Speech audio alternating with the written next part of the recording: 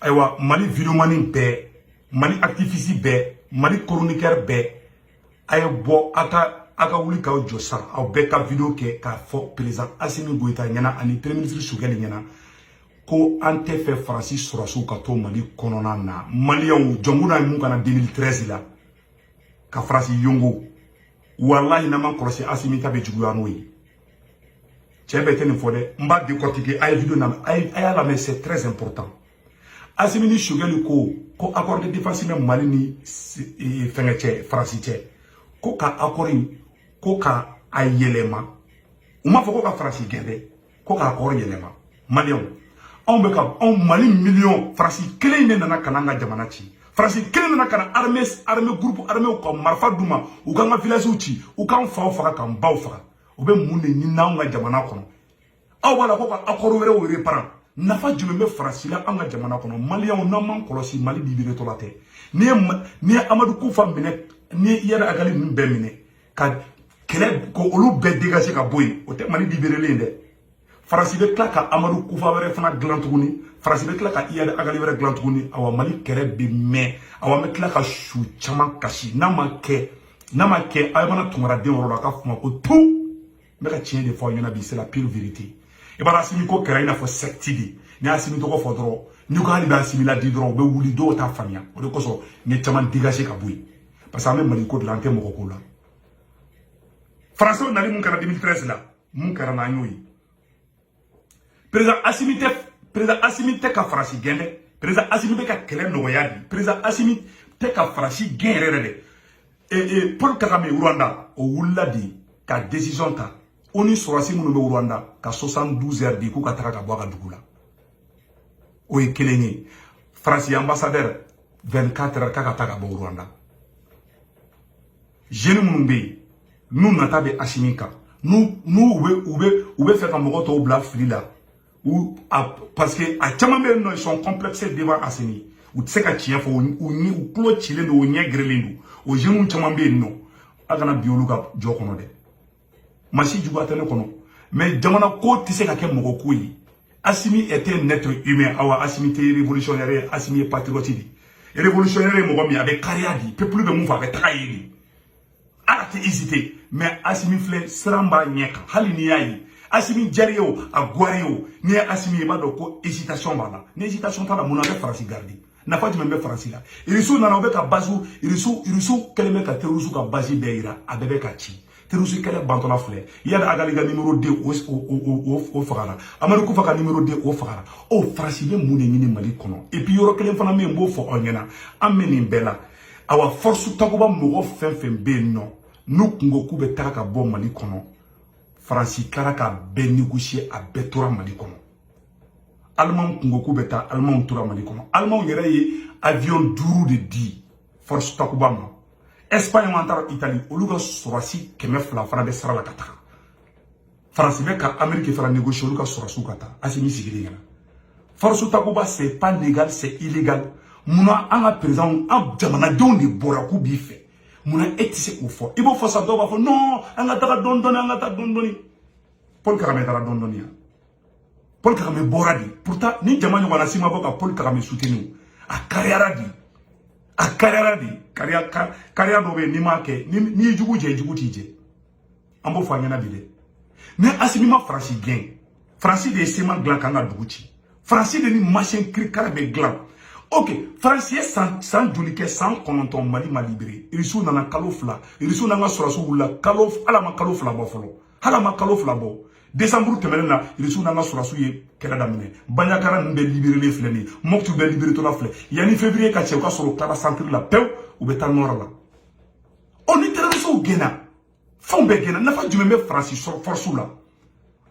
Maliyɛnw a y'a kɔlɔsi n'an m'an kɔlɔsi Assimi bilahi ala Assimi juguya tɛ ko n bɛ k'an muru Assimi n'an ma pression kɛ Assimi kan jɔnkuda mun kana bɛ juguya na Assimi ta ye yarɔ jɔnkuda nalen Faransi sɔrɔsiw taara Kidali u ye Kidali annexé wagati min na an bɛ ka Gao ni Tɔnbukutu libéré ne bɔra ka kɛlɛ k'a wagati la ka fɔ n ko n'an y'an sigi n ko kɛlɛ ma ban mɔgɔ caman m'an faamuya hali alimami dɔw ye ne kɛlɛ misiri kɔnɔnaw la ko an ka Faransi to yen ko Faransi ma fɛn kɛ sisan Irisiw nalen filɛ nin Faransi kɛra Union européenne ɲɛmɔgɔ ye bi Faransi kɛra OTAN fana ɲɛmɔgɔ ye bi faransi bɛ ka force bɛɛ de fara ɲɔgɔn kan ka na yɛrɛ dɛmɛ faransi kɛlen bɛ ka layidu kan de fana ta tubabuduguw ye ko mali dugu jukɔrɔ fɛn bɛna k'ale de ta ye faransi baara wɛrɛ tɛ faransi la k'i ka sanu suɲɛ k'i ka wariw suɲɛ ni faransi tora yen a bɛna o baara kelen de kɛ ni faransi tora yen a tɛna dɔwɛrɛ kɛ a bɛna terroriste kura wɛrɛw de dilan tuguni k'an bila kɛlɛ banbali la kɛlɛ tɛna ban awa ni faransi tora zone min fana kɔnɔna na irisiw tɛ se irisiw ni faransi tɛ mugu ci ɲɔgɔn na diɲɛ kɔnɔ ko mali nɔfɛ tubabuw an b'an kunfɛ tubabuw tɛ ɲɔgɔn kɛlɛ an nɔfɛ dɛ u bɛ ɲɔgɔn bagabaga mɛ u tɛ ɲɔgɔn kɛlɛ an nɔfɛ awa n b'o fɔ aw ɲɛna aw ka hakili t'o la n'an y'an sigi n'an ma pression kɛ Asimi kan bɛɛ ka video kɛ ka yira Asimi la faransi ka taga wallahi ni accord n'a yɛrɛ négocié la faransi ka to yan a y'a yira la k'a fɔ Asimi n'est pas un libérateur o b'a yira Asimi nana ka kɛlɛ sumaya de i n'a fɔ Jɔnmu y'a sumaya Jɔnmu y'a sumaya ka taga président mun nana o kɔfɛ o ma se k'a maîtriser awa ni Asimi y'a sumaya ni Asimi mi kɔlɔsi ni faransi tora Mali kɔnɔ ni Asimi wulila fanga la mɔgɔ min na hali ni Asimi somɔgɔ de don hali n'a ka sɔrɔ a tigi ni Asimi bɛ sigi dilan kelen kan ni Asimi mi kɔlɔsi ni faransi ma tila k'o tigi bila Asimi la k'a fɔ ma ko tout a ka kɛra Mauritanie a kɛra Mauritanie an y'a ye o Mauritanie président tatɔ mun bila place la a ka kɛra Angola président mun ye Angola libéré a y'a ka homme de confiance mun bila tubabuw taara u bila ɲɔgɔn na Asimi mali kɛlɛ daminɛ ni tɔw bɛ wulu na i ka dugu kɛrɛfɛ u ta kɛlɛ bɛ kɛ ni marifa ye u bɛ don i ka jamana kɔnɔdenw la k'u hakiliw yɛlɛma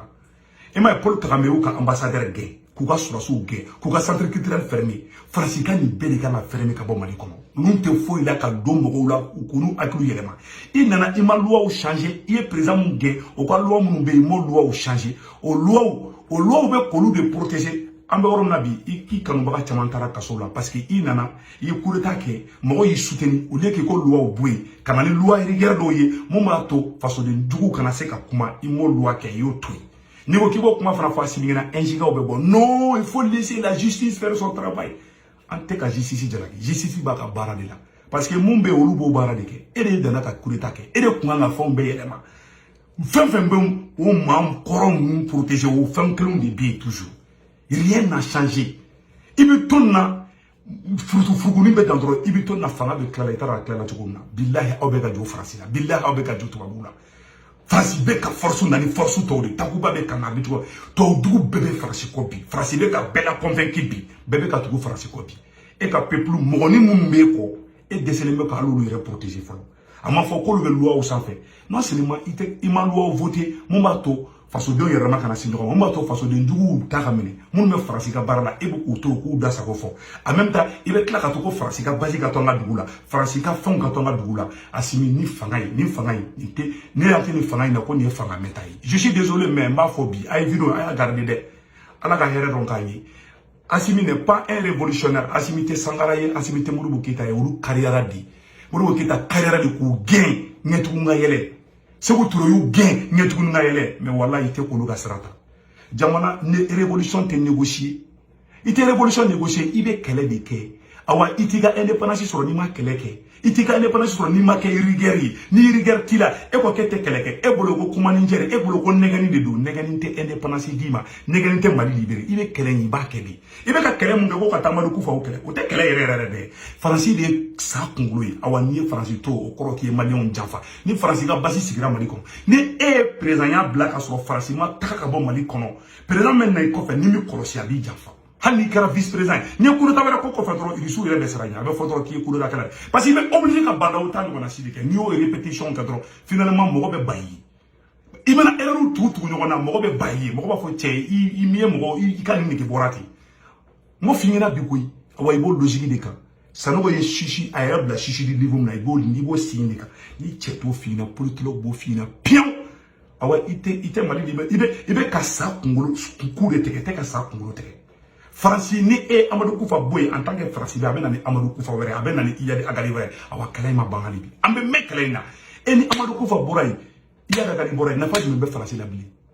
nafa jumɛn b'u la ni sanu suɲɛ tɛ ni binkani tɛ ni fɛn wɛrɛ tɛ faransi kelen bɛ ka layidu kan de di ni européens ma k'a b'u dɛmɛ k'a bɛ gazi d'u ma a bɛ n'an ka fɛnw suɲɛ faransi bɛ se mun na k'i ka jamana dugu jukɔrɔ fɛnw suɲɛ k'aw yɛrɛ dama bila ɲɔgɔn na o bɛ mun ɲini an ka jamana kɔnɔ mɔgɔninfin 5000 ni kɔ surasi 5000 ni kɔ fagara population million joli o bɛɛ bɔra hali bi e b'a la ko k'o négocier maliyɛnw an kana sigi an ka wuli jamana in ma libéré dɛ n'an y'an sigi Asimi fɛngɛ mun kan na jamu na mun na Asimi ta be jugwa no ala kan kiso mo